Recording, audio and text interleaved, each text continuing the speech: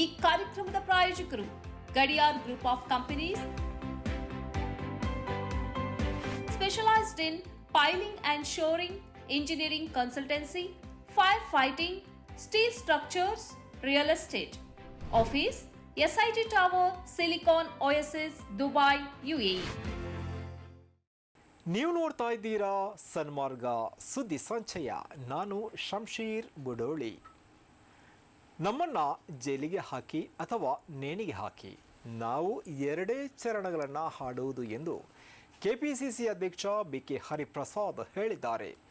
1896ರಿಂದಲೂ ಕಾಂಗ್ರೆಸ್ ಕಾರ್ಯಕ್ರಮದಲ್ಲಿ ವಂದೇ ಮಾತರಂ ಗೀತೆಯ ಮೊದಲ 2 ಚರಣಗಳನ್ನು ಮಾತ್ರ ಹಾಡಲಾಗ್ತಾ ಇದೆ. ಸಂಪ್ರದಾಯದಂತೆ ನಾವು ಎರಡೇ ಚರಣಗಳನ್ನು ಹಾಡುವುದನ್ನು ಮುಂದುವರಿಸ್ತೇವೆ ಅಂತ ತಿರುಗೇಟು ನೀಡಿದ್ದಾರೆ. ಇಂದು ದೆಹಲಿಯಲ್ಲಿ ಮಾಧ್ಯಮಗಳೊಂದಿಗೆ ಮಾತನಾಡಿದ ಬಿಕೆ ಹರಿಪ್ರಸಾದ್, 1896ರ ಮುಕ್ತ ಹಾಗೂ ಅಧಿಕೃತ ಕಾಂಗ್ರೆಸ್ ಅಧಿವೇಶನದಿಂದಲೂ ವಂದೇ ಮಾತರಂ ಗೀತೆಯ 2 ಚರಣಗಳನ್ನು ಹಾಡುವ ಪದ್ಧತಿ ರೂಢಿಯಲ್ಲಿದೆ ಎಂದು ತಿಳಿಸಿದರು. ವಂದೇ ಮಾತರಂ ಗೀತೆಯ ಬಗ್ಗೆ ನಮಗೆ ಯಾವುದೇ ವಿರೋಧವಿಲ್ಲ. ಆದರೆ 1925ರಿಂದ ಇಂದಿನವರೆಗೂ ಆರ್ಎಸ್ಎಸ್ ತನ್ನ ಶಾಖೆಗಳಲ್ಲಿ ಎಂದಿಗೂ ವಂದೇ ಮಾತರಂ ಹಾಡಿಲ್ಲ. ಹಾಗಿರುವಾಗ ದೇಶಭಕ್ತಿಯ ಪ್ರಮಾಣ ಪತ್ರವನ್ನು ತಮಗೆ ಬಿಜೆಪಿ ಅಥವಾ ಆರ್ಎಸ್ಎಸ್ನಿಂದ ಬೇಕಿಲ್ಲ ಎಂದು ಟೀಕಿಸಿದರು. ಈ ಸಂದರ್ಭದಲ್ಲೇ ವಂದೇ ಮಾತರಂ ಗೀತೆಯನ್ನು ಪೂರ್ಣವಾಗಿ ಕಡ್ಡಾಯಗೊಳಿಸುವ ಮೂಲಕ ರಾಷ್ಟ್ರಗೀತೆಯಾದ ಜನಗಣಮನವನ್ನು 2ನೇ ದರ್ಜೆಗೆ ತರಲು ಬಿಜೆಪಿ ಪ್ರಯತ್ನಿಸುತ್ತಿದೆ ಎಂದು ಹರಿಪ್ರಸಾದ್ ದೂರಿದ್ದಾರೆ.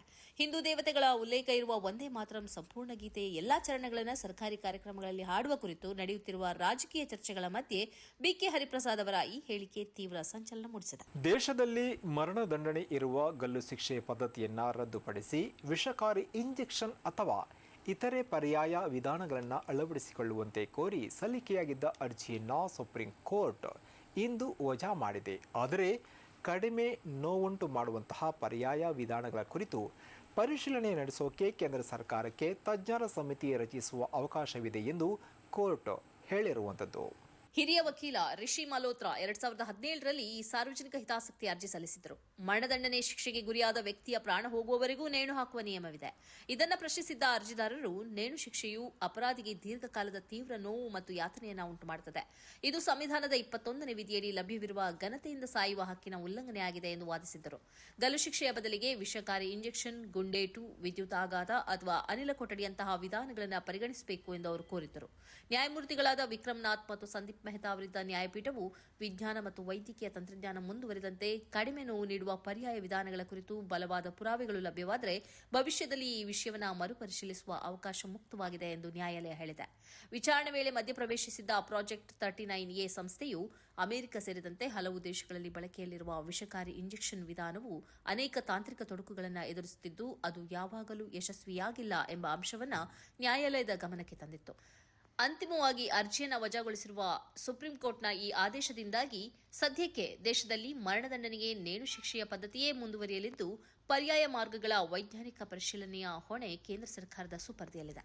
ಅದಾನಿ ಸಮೂಹ ಹಾಗೂ ಎಲ್ಐಸಿ ನಡುವಿನ ಹೂಡಿಕೆ ವ್ಯವಹಾರಕ್ಕೆ ಸಂಬಂಧಿಸಿದಂತೆ ವಾಷಿಂಗ್ಟನ್ ಪೋಸ್ಟ್ನಲ್ಲಿ ತನಿಖಾ ವರದಿ ಪ್ರಕಟ ಮಾಡಿದ್ದ ಸ್ವತಂತ್ರ ಪತ್ರಕರ್ತ ರವಿ ನಾಯರ್ ಇವರ ದೆಹಲಿ ಮತ್ತು ಕೇರಳದಲ್ಲಿರುವ ನಿವಾಸಗಳ ಮೇಲೆ ಗುಜರಾತ್ ಪೊಲೀಸರು ಏಕಕಾಲದಲ್ಲಿ ದಾಳಿಯನ್ನು ನಡೆಸಿದ್ದಾರೆ. ಪತ್ರಕರ್ತ ರವಿ ನಾಯರ್ ಹಾಗೂ ಪ್ರಾಂಶು ವರ್ಮಾ ಜಂಟಿಯಾಗಿ ಸಿದ್ಧಪಡಿಸಿದ್ದ ವರದಿಯನ್ನು ಅಕ್ಟೋಬರ್ 2025ರಲ್ಲಿ ದಿ ವಾಷಿಂಗ್ಟನ್ ಪೋಸ್ಟ್ ಪ್ರಕಟ ಮಾಡಿತ್ತು. ಅಹಮದಾಬಾದ್ನ ಹೆಚ್ಚುವರಿ ಮುಖ್ಯ ನ್ಯಾಯಾಂಗ ಮ್ಯಾಜಿಸ್ಟ್ರೇಟ್ ನ್ಯಾಯಾಲಯವು ರವಿ ನಾಯರ್ರ ಮನೆಗಳ ಶೋಧನೆಗೆ ಪೊಲೀಸರಿಗೆ ಅನುಮತಿ ನೀಡಿ ಆದೇಶ ಹೊರಡಿಸಿತು.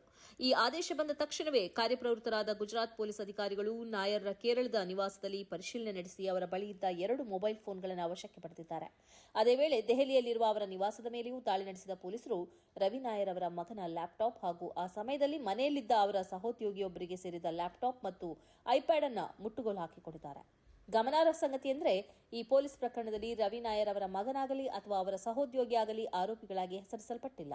ತಮ್ಮ ವಿರುದ್ಧದ ಎಫ್ಐಆರ್ ರದ್ದುಗೊಳಿಸುವಂತೆ ಕೋರಿ ರವಿ ನಾಯರ್ ಗುಜರಾತ್ ಹೈಕೋರ್ಟ್ ಮೆಟ್ಟಿಲೇರಿದ್ದರು. ವಾಷಿಂಗ್ಟನ್ ಪೋಸ್ಟ್ ಲೇಖನದಲ್ಲಿ ಉಲ್ಲೇಖಿಸಲಾದ ವಿವರಗಳನ್ನು ಎಲ್ಐಸಿ ಈಗಾಗಲೇ ನಿರಾಕರಿಸಿದೆ.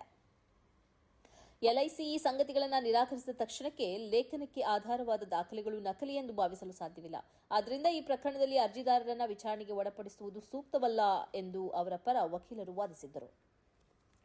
ಭ್ರಷ್ಟಾಚಾರ ಕೇಸ್ಗಳಲ್ಲಿ ಶಿಕ್ಷೆ ಅನುಭವಿಸ್ತಾ ಇರುವ ಪಾಕಿಸ್ತಾನದ ಮಾಜಿ ಪ್ರಧಾನಿ ಇಮ್ರಾನ್ ಖಾನ್ ಇವರನ್ನ ರಾವಲ್ಪಿಂಡಿಯ ಜೈಲಲ್ಲಿ ವಿಶೇಷ ಟ್ರೀಟ್ಮೆಂಟ್ಗಾಗಿ ಆಸ್ಪತ್ರೆಗೆ ವರ್ಗಾಯಿಸುವಂತೆ ಸುಪ್ರೀಂ ಕೋರ್ಟ್ ಆದೇಶವನ್ನು ನೀಡಿದೆ.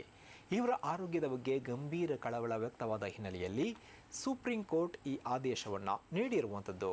ಆದರೆ ಸರ್ಕಾರ ಈ ಆದೇಶಕ್ಕೆ ಆಕ್ಷೇಪ ವ್ಯಕ್ತಪಡಿಸಿತು.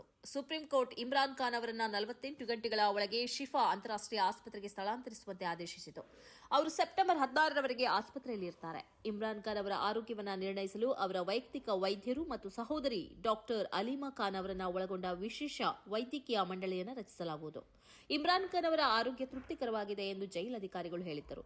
ಆದರೆ ಇದನ್ನು ಕುಟುಂಬ ಮತ್ತು ಪಕ್ಷವು ಸಂಪೂರ್ಣವಾಗಿ ನಿರಾಕರಿಸಿತ್ತು. 73 ವರ್ಷದ ಇಮ್ರಾನ್ ಖಾನ್ ಅವರ ದೃಷ್ಟಿ ಗಮನಾರ್ಹವಾಗಿ ಸುಧಾರಿಸಿದೆ ಎಂದು ಜೈಲ್ ಅಧಿಕಾರಿಗಳು ಹೇಳಿದ್ದರು.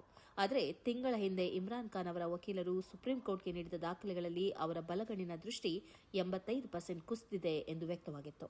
ಮದ್ಯಪಾನ ಮಾಡಿ ತರಗತಿಯಲ್ಲಿ ಪ್ರಜ್ಞಾಹೀನ ಸ್ಥಿತಿಯಲ್ಲಿ ಪತ್ತೆಯಾಗಿದ್ದ ಪ್ರಾಂಶುಪಾಲರನ್ನ ಸೇವೆಯಿಂದ ಸಸ್ಪೆಂಡ್ ಮಾಡಲಾಗಿದೆ.